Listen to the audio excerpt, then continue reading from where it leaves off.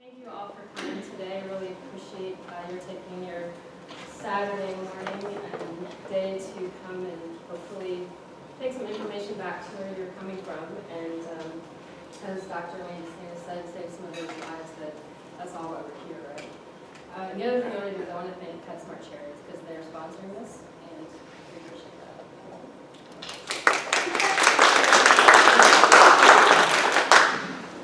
Okay, so we're going to kick it off this morning with the 5 freedoms. Has anybody heard of the 5 freedoms before? A couple of people? Okay, so hopefully this will give you some food for thought.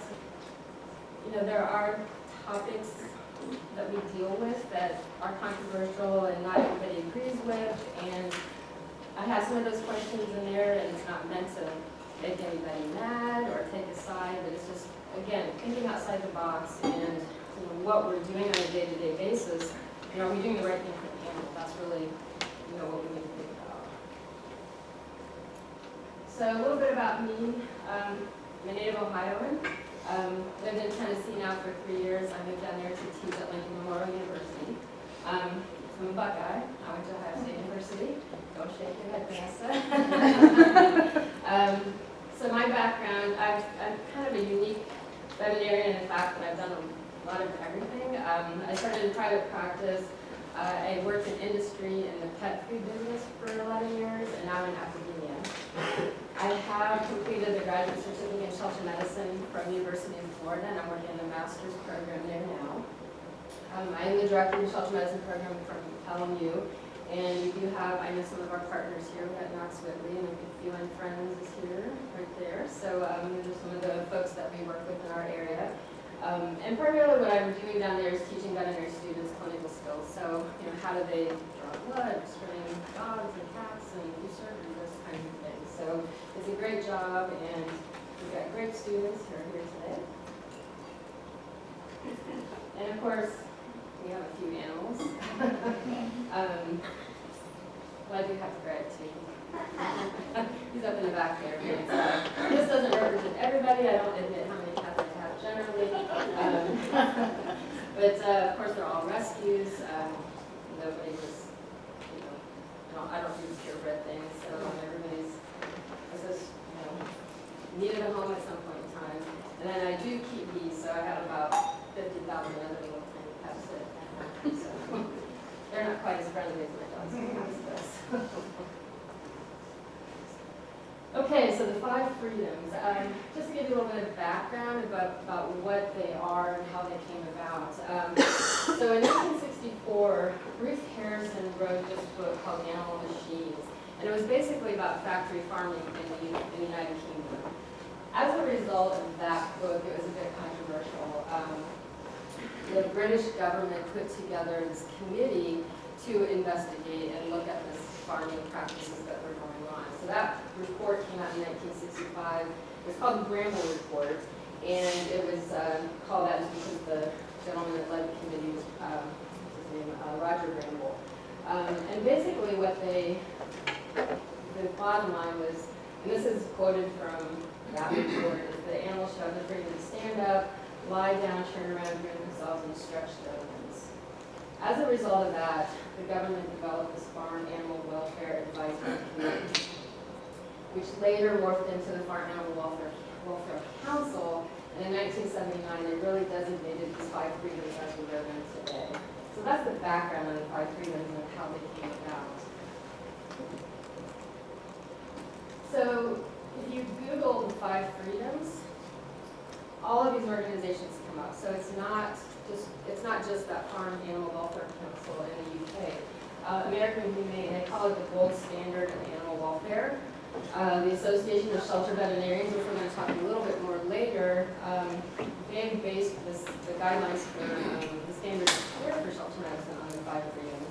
And their quote is, they speak to the fundamental needs of animals, regardless of the setting. So whether it's a research facility or a shelter or your home, even, those types of things.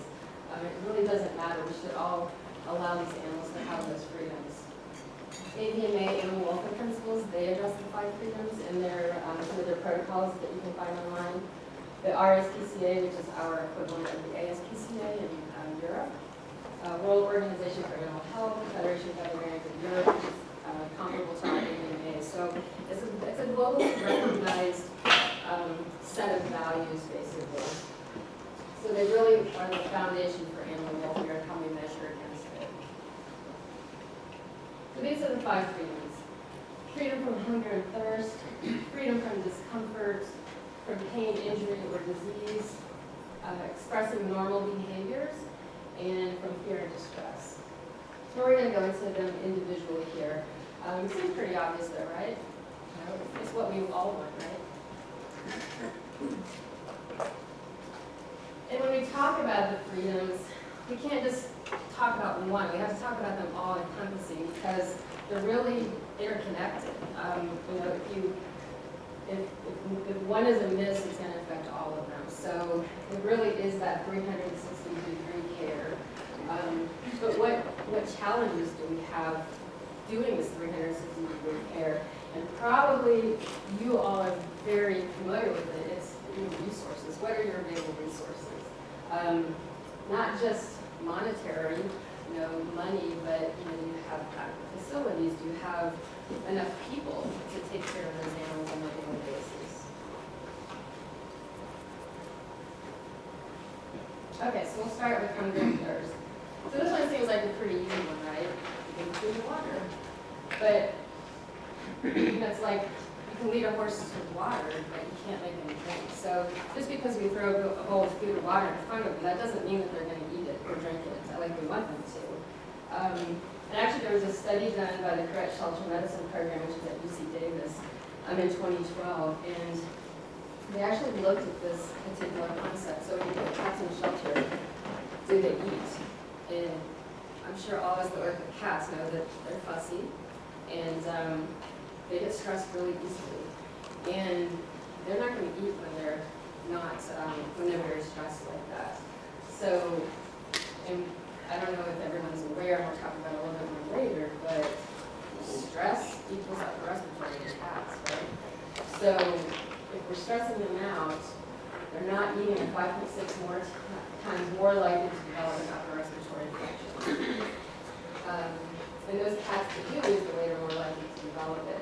And basically the way they measure this is the 3 stress score scales to do it. Some other statistics here. 82% of the cats that lose weight in their first week in the shelter, 82% of those cats will lose weight in the shelter, and of those 82%, 25% will lose more than 10% of their body weight. That's a lot of weight. I mean, that's really significant. If you lost 10% of your body weight in a week, you're not doing too well. You might be pretty sick. And you know, we have to think about what does that do to the immune system. It's not good for the immune system. So anytime the immune system is depressed, then you're more susceptible to disease. Freedom from discomfort. We want to provide an appropriate environment, including shelter and a comfortable resting area. And you know, this is common sense kind of stuff, right? So keep the area clean, giving them better blankets. These pictures I see on the internet of these poor little dogs huddling in the corner just make me so sad. I mean, it's a really stark environment. It's pretty upset. So throw a blanket in with them. You know, give them a place to kind of snuggle. Helps them maintain their body temperature, especially with cats. Cats like warm areas, right? They can manage to keep themselves, but they like that warm environment. So giving them blankets is a good thing. Lighting, of course, is good. You know, we don't want really dim, horrible lighting, or we don't want lights on 24 hours a day. We don't give them time to rest. Sound control is a big one. I mean, it's stressful when you go in a kennel and there's lots of barking dogs, and it makes me crazy. I don't know about anybody else, but it was like, oh, it's quiet. But imagine if you had to sit there and listen to that 24 hours a day if you're a dog, or if you're a cat in the next room, or even in the same room as your dog. So we want to try to mitigate that sound, and even just throwing blankets up on the wall or even pictures on the wall, that's going to help dampen that sound some. It's great to have nice sound dampening panels, but they're expensive. But there are ways that you can help do that and try to bring those decibel levels down. And then climate, of course, we want ideally nice climate controlled environment. Again, we always go back to those resources. Can we afford to have air conditioning in our shelter or our facility? But try to keep it as comfortable as possible. And if you do, that dogs are housed outside, be sure that they have shade, maybe pools with water to help them cool off if necessary. Pain, injury, or disease. So the freedom state by prevention or rapid diagnosis and treatment. So we want to be able to provide necessary medical care to our animals that we're taking care of. And I think first and foremost, it's our responsibility to reduce the potential for infectious disease. And we can do that. It's hard, but we can do it. Vaccine protocols, vaccinating on intakes. And again, it boils down to resources, but it's really, really important. And Dr. Peterson is going to talk about that later, the importance of vaccines and protocols. But if we can vaccinate these animals, it's going to lessen their chance of getting some of these infectious disease, which they get sick, we have to treat them, they stay in our facility longer, reduces adaptability. So it's just kind of one of those snowballing effect that, if we can stop it at the onset, it's going to be better for them. Do you have the resources to provide care for an injured or sick animal? And do you have personnel trained to actually identify when an animal is suffering? I think these are pretty important. You have a dog that gets hit by a car, comes into the shelter, it might have a fractured femur, is sitting there and not getting anything done because you have a 3 or 5 day holding period. I don't agree with that. I think that those animals should either be euthanized or taken to the veterinarian, certainly at least have pain medication, and I don't know that shelters sometimes do a great job taking care of those. And then, recognizing when an animal is suffering. You don't have to be a veterinarian to recognize that, I think. So, if you don't have those people trained, get them trained so that you can actually do a better job with this. And again, this is resources, but this is one of those controversial questions that is sitting in a shelter suffering better than death. That's a question that we have to think about, and I think sometimes euthanasia, we have the gift of being able to do that. And I think we need to use it when it's necessary.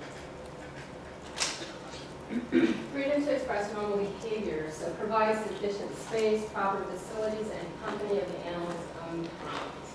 We want them to be able to perform those species-specific behaviors. So grooming, for example, of cats. Cats are very fastidious groomers, right?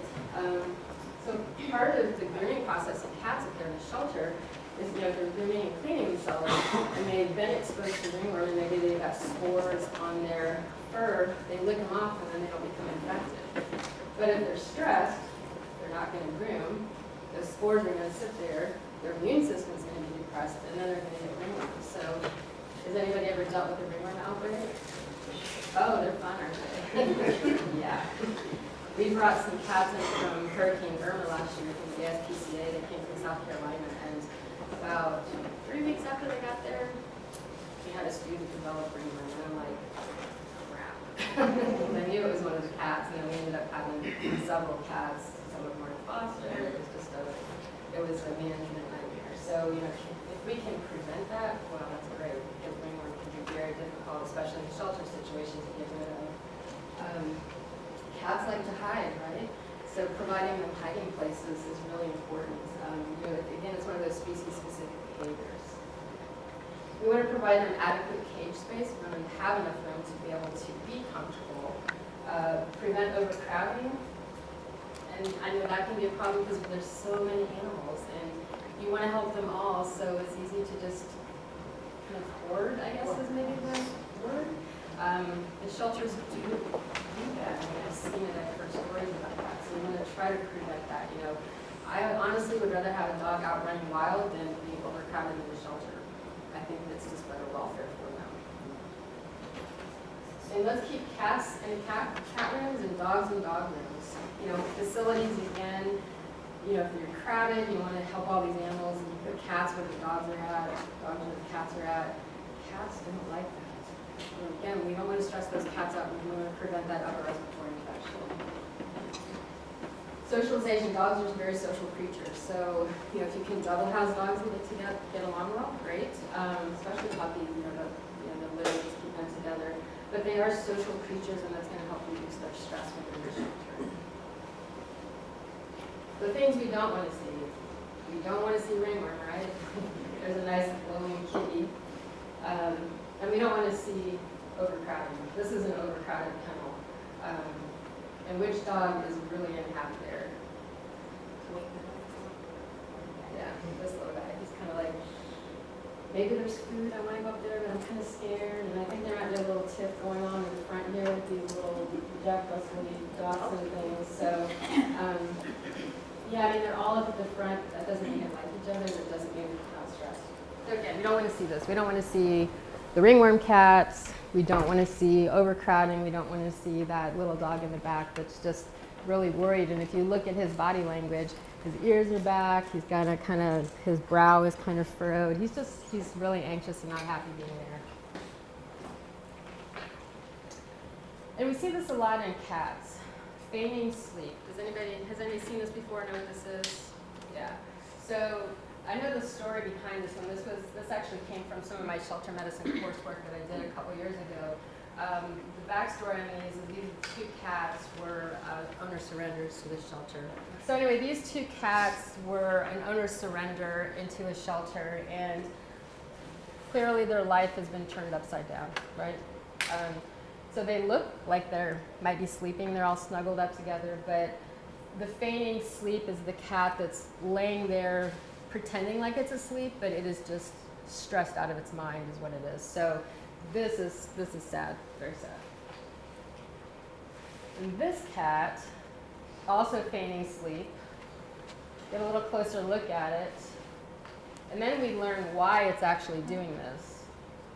It's next to a dog. So, that little white fluffy dog probably barking its brains out, right?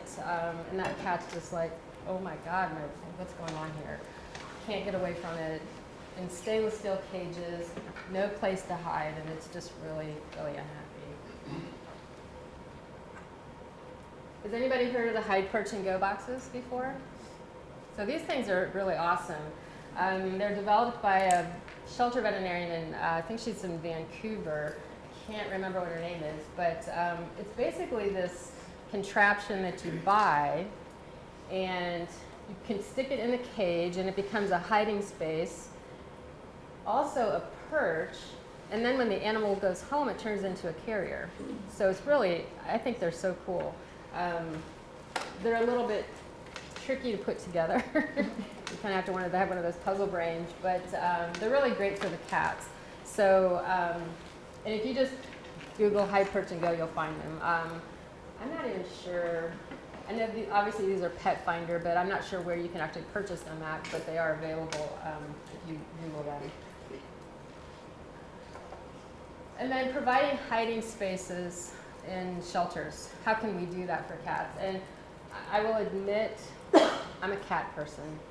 So I probably have way more cat pictures than I do dog pictures. I apologize for the dog people in the audience, but a lot of this applies to dogs too, but I just tend to have a lot of cat pictures. Because obviously these are all cats. So actually the upper left-hand corner is the Bell County Animal Shelter, which our students work very closely with. And we did a shelter makeover a couple of years ago. And part of our makeover was to put in these curtains in front of the cages. So they're attached to the front door. You can open them if you want to. And that way the cat, it can look out or it can hide if it wants to. So find some seamstresses. You can make these very easily. Towels work too, actually. The little guy up on the upper right, that's from our facility. Cardboard boxes. I mean, go to the grocery store and ask them to save cardboard boxes for you. That's where these came from. And the little guy in the lower right, I think he was one of our ringworm cases actually back in the fall. But he's to the point now where he's not stressed anymore, he's comfortable, he's using it as a perch and kind of a plaything. They love these boxes actually when we had those. If you have the corenda beds in the cages, you can put like a towel in the front of it. So, just how can you help them hide, basically? And it doesn't have to cost any money. Cardboard boxes, shoe boxes, solicit your community for things like that. Fear and distress. Ensure conditions and treatment that avoid mental suffering. The shelter is a very scary place. And what they do when they go in, it's the fight, flight, or freeze. So you become aggressive, you shrink back into your own shell, or you freeze and you just can't cope with anything. But that's what happens with these animals, that they just lose their ability to cope. And that's why things get worse the longer they're there. So again, very sad pictures, right? You don't like to see these. Even though the dog in the upper right corner has got some enrichment in there, he's got a bed, he's got some toys, he's just broken. So very sad. So we're going to avoid all this, right?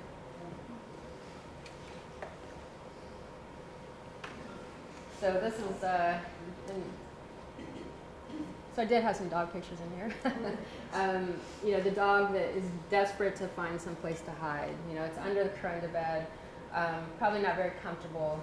But just stick a crate in there if you can.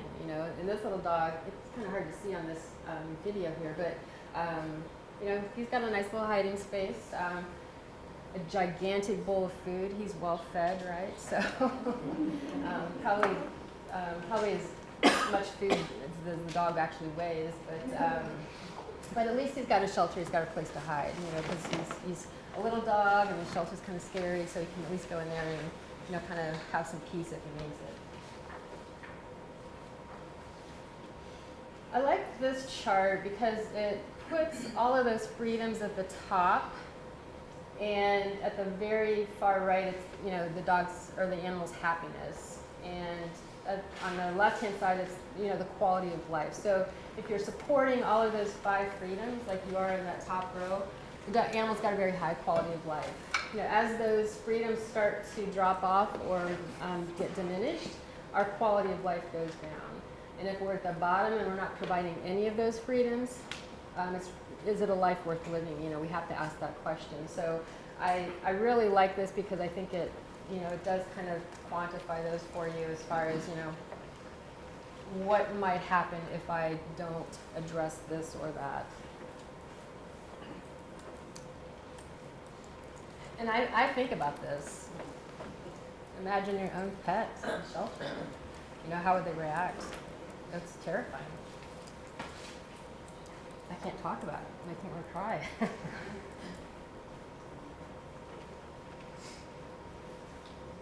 So these are some of those hard questions, right?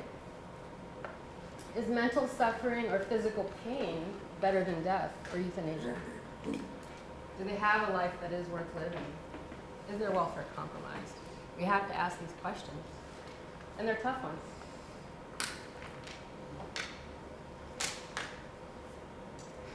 It's a vicious circle.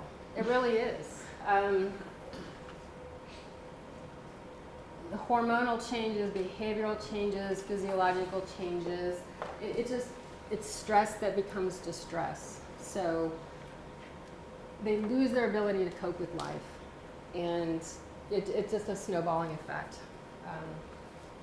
So, if we can make any changes at all to give them those freedoms, it's going to help improve their life. And I thought this was an awesome picture too. So that's pretty amazing that somebody was able to do that. And there's my snowballing effect. So I'm not into purebreds, but I thought it was a cute picture. So we'll kind of shift gears a little bit, because I wanted to talk about the upper respiratory thing, because I'm sure everybody has seen upper respiratory in their facility, right?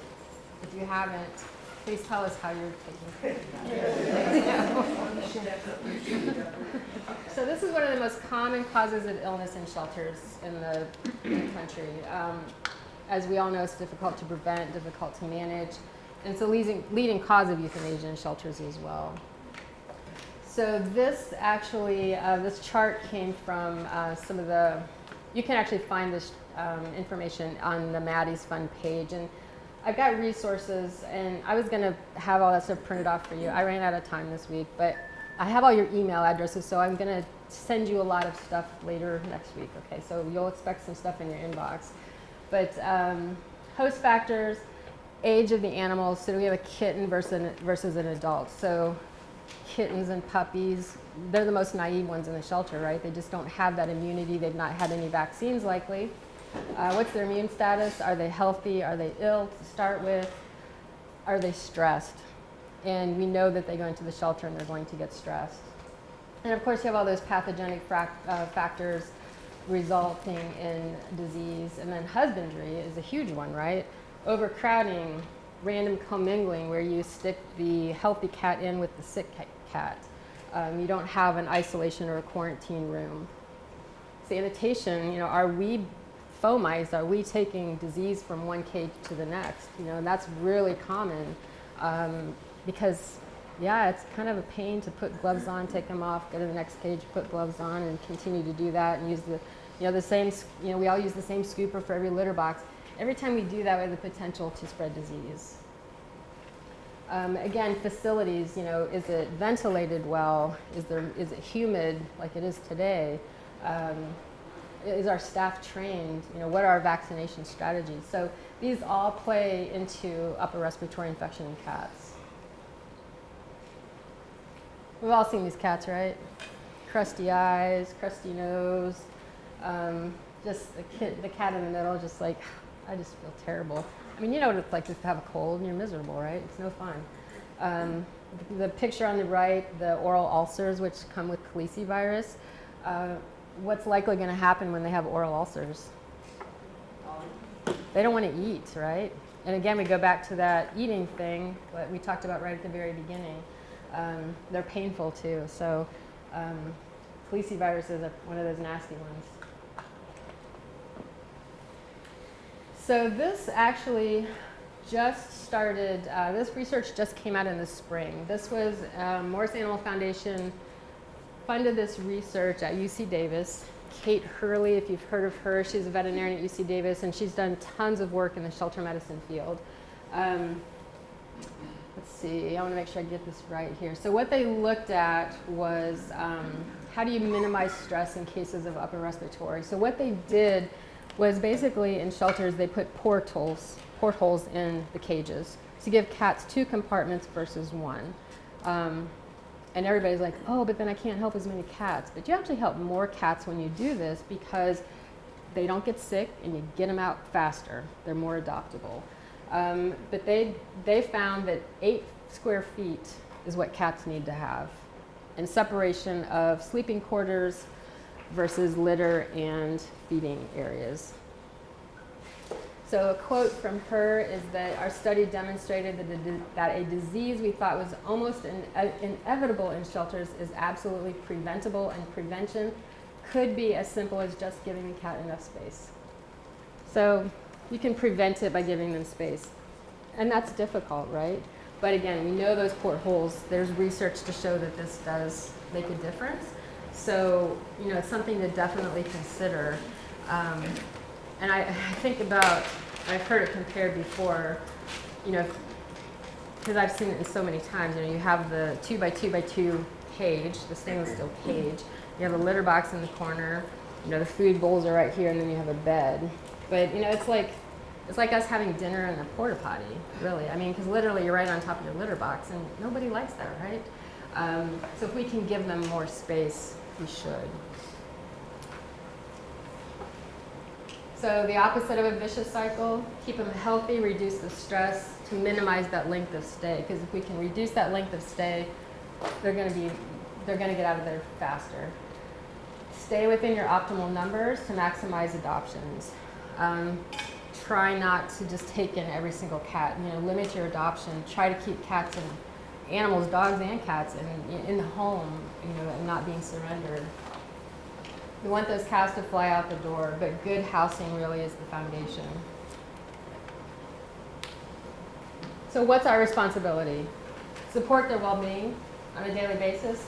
We want to assess those 5 freedoms on a daily basis. And we address those needs as they arise. They might change on a daily basis. You know, some of it may just depend on what your population is. You know, what you have in your facility today is not what you have in your facility tomorrow sometimes. So those freedoms can change. So we want to address them daily. How do we help them? So this is the big question. And it's actually pretty, we can do stuff pretty easily here to really make a big difference. And it's really about enriching their environment. And it sounds hard, but it's actually not. We want to use those senses. You know, let's hit all of them: touch, taste, you know, vision, sound, scent, that kind of thing. And we want to work the brain, because when you work the brain, it makes them tired and reduces their stress.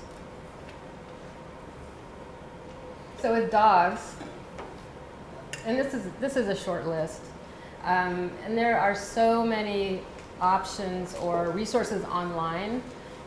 If you just go in and Google shelter enrichment dog, scads and scads and scads of stuff will come up. And the same with cats. And people are really thinking out of the box on this stuff, which is really amazing. But food dispensing toys, I love Kongs and stick frozen food in there. That's what I do with my dogs. They love it. It keeps them busy for a good 15, 20 minutes, if not longer. You can make popsicles. You know, take a food bowl, put some water in it, and throw some veggies or fruit or dog bones in there. Puzzle toys, chew toys, the iCalm dog. These things are awesome, actually. We just got them for our facility, for our animals, and they're really cool. They play like this nice classical music, and they're supposed to help calm the dog, but it's music designed for dogs. And they also have them for cats. Mirrors, give them mirrors to look at, you know, at themselves in. Ball pits, I think ball pits are really cool, and dogs really like them. And then there's the pheromones. Is everybody familiar with Adaptol and Feel Away? Okay. So just some random things. So we got the puzzle toys on the upper left there, Kong. I mean, that dog looks pretty darn content, doesn't he? And I love the ball pits. I think those are so much fun. And that dog is a happy dog. Look at that face. I found this one yesterday. I thought this was a really cool idea. Because we all know we use too much plastic in this world, right? And by the way, we have a recycling bin out there. Recycle, please. Especially your plastic in your cans. I'm an avid recycler. It's hard to do in this part of the country, unfortunately. But I thought this was a really cool idea. They just took a box and threw a bunch of plastic water balls, empty water balls in there. And that dog's having a ball, right? That's so easy, and it doesn't cost anything. And I've been seeing a lot of this here lately, you know, having kids read to the dogs in the shelters.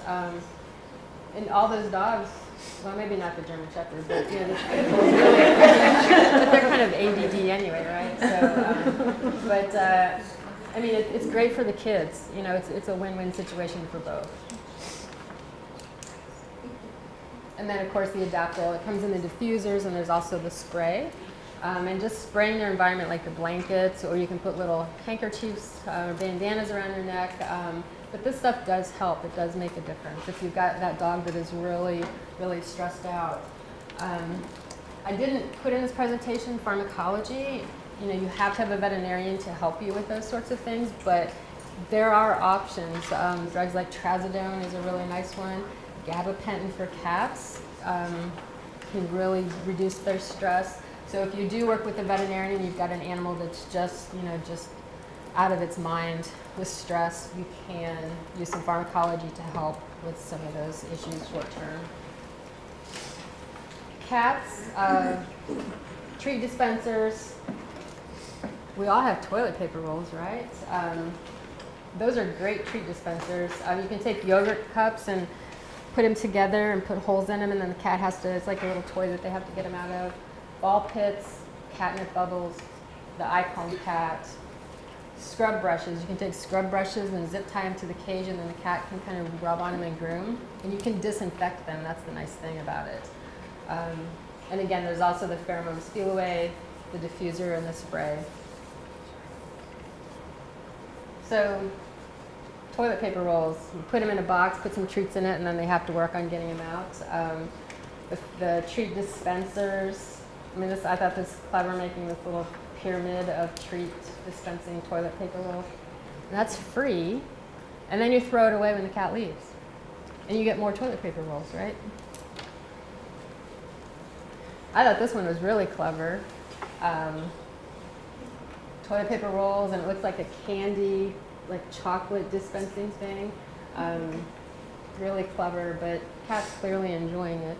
And you're putting treats down in there. So, you know, this stuff doesn't cost anything, and it's something that will help the cat reduce that stress. I love the ball pit for the cats. I thought that one was really fun. Showed some catnip in there, some treats on the bottom, a little puzzle ball with, you know, just one of those like Glad containers that you can buy that are recyclable. So I mean, these are great ideas that people have come up with very little money. More cat pictures, sorry. So, I like the egg crate. I thought that was kind of cool one too. You can put treats in there and they can kind of scoop them out of the egg crate and yogurt containers. So, you know, just be creative and use your imagination. And there's the Icon cat.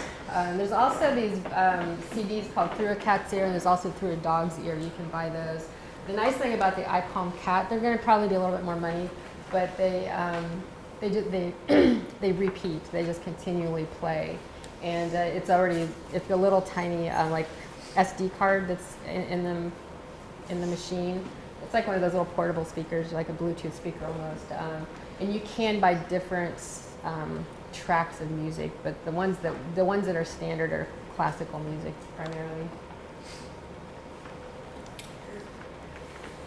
So enrichment. If you can do nothing else, provide enrichment, because it will make a difference for these animals. You know, especially when they're in that captive care. You should enrich your animals at home too, but you know, definitely while they're in a shelter where they have nothing else to do. And again, it's not expensive. I mean, after all, we do have TP rolls in our life, so donate them to the shelter and don't put them in the landfill until after the cats use them. So, and ask, I mean, everybody's got them. Ask volunteers to bring them in, you know, Facebook, please, for toilet paper rolls, paper towels. Okay, so I wanted to talk real quick here about the guidelines for standards of care in animal shelters. Has anybody heard of these before? Okay, good. So it was written by kind of a brain trust of people, the Association of Shelter Veterinarians. It was published in 2010. Also had ASPCA, HSUS. There were some other national welfare organizations involved. But I mean, it runs the gamut of shelter medicine. So from management, facility design, animal care, public health, I mean, it covers all aspects of the sheltering world. Why did they develop them? Mostly to raise the standard of care for animals that were making their way through the shelter system. It's basically meeting the physical, mental, and behavioral health of these animals. They wanted to create a roadmap for organizations so that they can self-assess and improve. So anybody can go to this document and know what you need to do to start a shelter if you're starting from scratch. Unfortunately, we really have no regulatory oversight of shelters, right? Unlike research facilities where we have the Animal Welfare Act, you know, that covers all animal care in research facilities, but you know, we have millions of animals going through the shelter system and there's no regulatory oversight. So standards are, well, there are, until this document, there have been no standards, and care has been and still is all over the place, from excellent to very bad, I think, in some areas of the country. It gives minimum standards of care and what's best practices and what's unacceptable practices. So that's all I'm going to say about it. I will email you all a copy of that so you have it. It is available free online, but I'll just email it to you so you have it. It's a 67-page document, so it's not like a quick read, but there's a lot of really great information in there. And, you know, it's at least a place to start, you know, if you want to make some improvements. You know, there are lots of recommendations in there.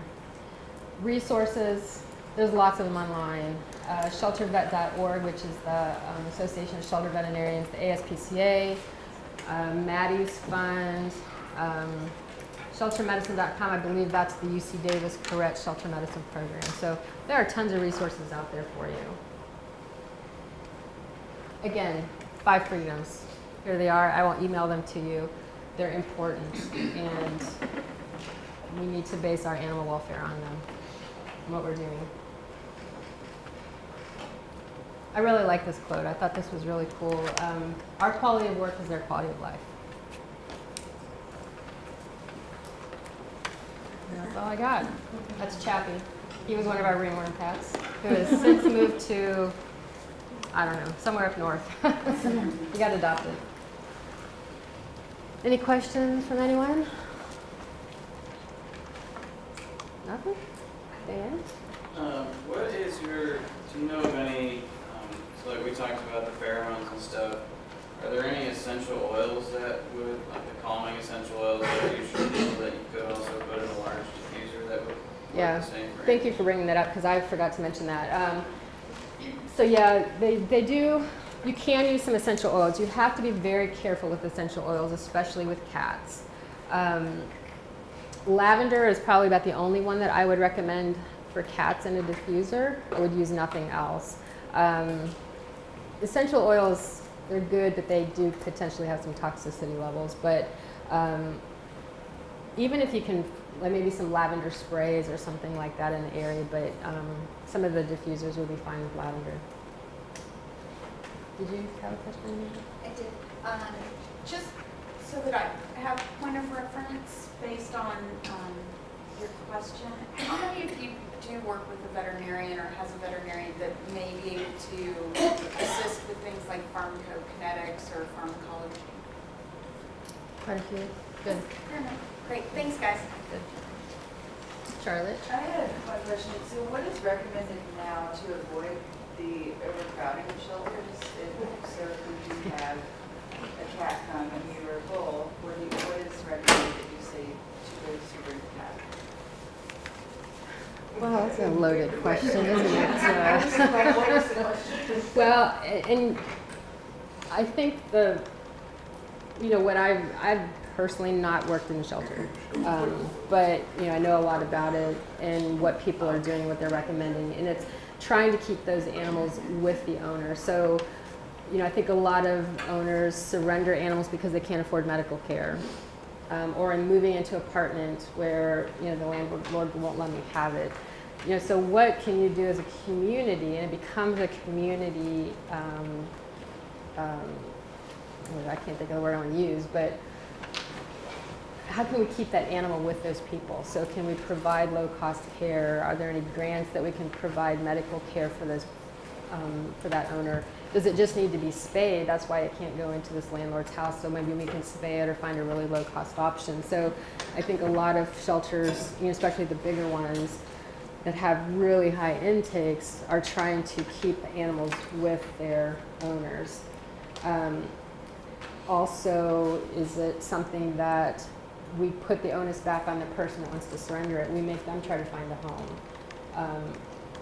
Some counseling services to keep that animal out of the shelter, or you may a lot of times make appointments. So, well, we can't take it today, but come back in 3 weeks and we'll talk to you. And maybe in the meantime, somebody's found a home for that animal. So there's lots of ways of diversion. Does anybody else have anything that they're doing specifically for that? There's actually now programs that link owned pets with people wanting pets. There were, I think, 4 or 5 at Animal Care Expo this year. One that pops up in my head is Home to Home. And they actually can integrate with our shelter software system to help divert those intakes directly. Good. Anyone else have any other programs that they're doing? If it's a behavior issue that the owner is unfamiliar with or is a minor issue, our person will refer them to DDFL to look at some of those topics. Denver Dumb Friends League, the Preserve Humane Society. And she will first of all get an idea of what the problem is. If she knows anything about it, she will give her own information and her own tips and suggestions, and then refer people to VDFL. And she has been able to help quite a few people, whether it's a dog or a cat. Anyone else? One of the biggest things that we have had our turnover is taking photos and posting them on social media, of course. And I mean, a huge, huge turnover in the last 4 years just by posting photos. And a lady came in when we have had the plague, and we have not been accepting cats for the last 30 days. The plague? And What plague is that? we had the panleukopenia. Oh, panleukopenia. Oh, yeah, that's the plague. A lady was bringing a cat in, and so they had started accepting them, but I kind of interceded with her, and I took a picture of her holding her cat still, and I said, I will post it on social media, and when people contact me, I'll contact you if you can just take your cat home for another couple of weeks and keep it and try to find it home. And it worked. I mean, Yeah. we posted the pictures, someone found it, took them up. So I think that was just one quick. Good. Have you ever heard of the MP3 project? No, I don't think Okay, so. we're a rural shelter, Eastern Kentucky. We were contacted by these people, and if we bought some boom boxes, well, it got more complicated, but we didn't do the complicated. They would send us a preloaded MP3 player that you plugged into the boom box, and it played the music that Icon does, and it's free. Oh, really? Okay. So all you have to have is the boom box, Okay. which I bought a Sony $100 one. And we have them for the ones up front, but because we do have a mix, I'm never sure which ones play. We have the Icon for the cats and dogs, Good. by CD. But that one is totally free, Okay. and I can send you her information. Yeah. It took us 2 years to get our act together to get it, and she sent it, and it's been great. Good. Cool. What's the name of the project? It's called the MP3 Project. Yeah, I haven't heard of that one. Yes, ma'am? I get caught up in the volume, so it's hard to do sometimes, but people connect to a story. And when you can tell the story from having an interview the person who's asking for help and share that publicly and work that social media, people will say, I love that story, I want to know this cat. And we found it just leads to better quality adoptions. Crutchfield Pets is also doing a lot with the calming technology, so that they do a lot of promotions to try to get good giveaways. Okay. So I'll recommend it too. Okay. Crutchfield Pets. And tell the story. People connect to the story. They get tired of seeing the news feeds with all the bleeding heart, Sally Struthers, we all want that, and we need to publicize that. Yeah. When you can connect with a story even before they're adoptable. I mean, as soon as we have them born and in our care, they're on social media. Yeah. Great. I was just going to mention that for individuals who find a litter of kittens or who have mom and a litter of kittens, a lot of times I'm finding that individuals are willing to foster that litter, especially if you let them know, look, if this young litter comes in, they're likely going to get upper respiratory and they will likely wind up having to be euthanized. But if you can keep them at home for the next 4 weeks, that really improves their likelihood of not only surviving, but then being adopted out. So sometimes just, like you said, mentioning it back to the community and saying, I understand that you felt that you needed to bring them here because those are the steps and the actions that we're all taught to do. Would you be willing to help these kittens temporarily? Yeah. And offer them, all the food, canned milk or whatever they need to do, or cat food and bedding and toys, whatever it takes to keep it in that person's home, because it's pretty much a death sentence for them to go into the shelter. So. I did want to mention, I forgot, I'll get to in a second. So for some of these little crafty things, Boy Scouts and Girl Scouts, utilize those organizations in your community to help with that. And I'm sure everyone's, I know probably you guys are all on Facebook because that's why you're here, because that's how we advertise this conference. But you know, put pleas out for that stuff for your community, and I think people will step up. And I'm sure if you ask for toilet paper rolls, you'll get millions of those. So, but I know Young Williams, you know, they asked for, you know, boxes, like litter box type things, and I dropped some off one day, and there's just like scads of them at their back door. So, you know, solicit the community for this stuff. Amazon Smile, is everyone on Amazon Smile? Good. If you're not familiar with it, it's a program where, you know, I can designate the charity that I want they send a portion of your whatever you buy to them. So be sure you're on Amazon Smile. Amazon wish list, I've seen lots of organizations put Amazon wish lists out there. So, you know, utilize those things that are out there. You probably, hopefully already are, but if you're not, you know, they're good resources. So you had a question, I'll get you. Well, I think the one piece, so you pointed out some great observations about making your shelters better in ways that are economical, but the piece that we're not talking about is the spay neuter in the community, that it's a limited pie in terms of time and money, and if you aren't investing in pediatric spay neuter, especially with your cats, it's always going to be a catch-up game on the sheltering side. So anything in terms of spay neuter, and from a veterinarian perspective, is any sort of training to get some of these vets to understand how to do pediatric spay neuter, so that you got to stop the flow at the beginning. Shelter neuter returns, so when someone comes in with a cat, well, it's been living outside, kind of not my cat. Well, what if we were able to spay neuter it for you? Could it continue to be a little more of your cat? Because that's likely a better outcome than having to take it into your shelter in the first place. So it's diversion, it's a shelter neuter return. Yeah. Well, and I can speak to what our veterinary school is doing, and Dr. Unz can speak to Mississippi State. I can't tell you about any other schools really, but all of our students as fourth years are going to a shelter, and they are learning pediatric spay neuter there. I teach it when I can, but you know, I'm usually with third years who are just learning surgery, so it's not really the time to teach them how to do pedicle ties on a 2-pound kitten. So they need to figure out how to do surgery first. But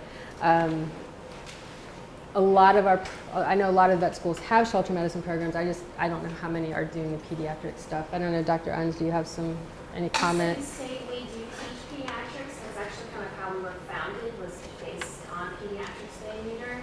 And we will spay them if they are 2 pounds. And there's actually a new paper out that it's 1.5 pounds. So I've done them at 1.5. as long as they're healthy. Yeah. Yeah. And you're right. I mean, it's all about spay neuter, and we just need to keep plugging away at that. And it's a tough one. I just you see a lot of resources applied to sheltering, which is appropriate in the 5 freedoms, but if an equal number of resources were applied to spay neuter, balances out the equation a little bit. Yeah, no, I don't disagree. Did you have a comment? I was going to mention also Kroger Community Rewards also has a great kickback program.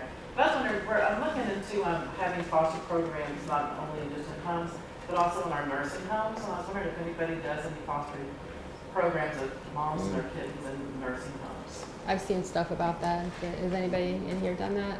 Nursing homes and litters of kittens? I think they're great thing. One thing I want to mention that nobody did, I think, especially if you're from smaller shelters, is really think about coalitions, partnerships, reaching out. Don't go it alone. We have a tendency in animal welfare to think we can do everything. And when I've been around the country, I think what you see, some of the best resources are your neighbors, and being able to pool and share your resources together to try to capitalize on the fact that you have a lot of nice people around you, I think is a really underused tool in animal welfare. Yeah, I agree. Yeah, we tend to work in silos sometimes, so we need to start talking to each other and communicating better. In case anyone wasn't aware, there is a grant category specifically for intake diversion. It is not currently open, don't everybody throw things at me. It's not currently open, but if you go to PetSmartCharities.org, you will be able to find all the information about it. Again, it's a very simple application process. And prior to it opening again, might be a great opportunity, especially while we're all here together, if individuals wanted to collaborate around maybe coming up with some new things to try.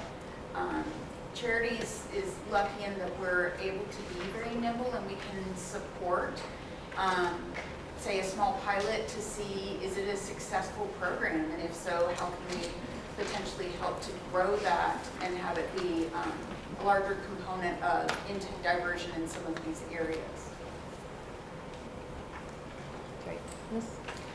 I'd be curious to know in the group if there are anybody representing counties in Kentucky that don't have a single veterinarian in their county. Are they here today? I'm with Kentucky Humane Society. I'd love to talk to you on a break if you are interested. No veterinarian at all in your county? 45-minute trip one way for vet care. Wow.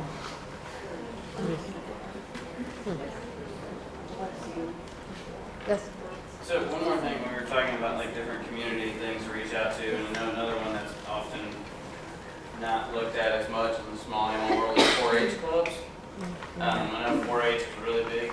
It's really big where I came from in Michigan, and I see it's pretty big down here in Kentucky too. So, and there are 4-H groups, they're livestock, but they range from livestock all the way to small animal and arts and crafts and growing vegetables, literally everything.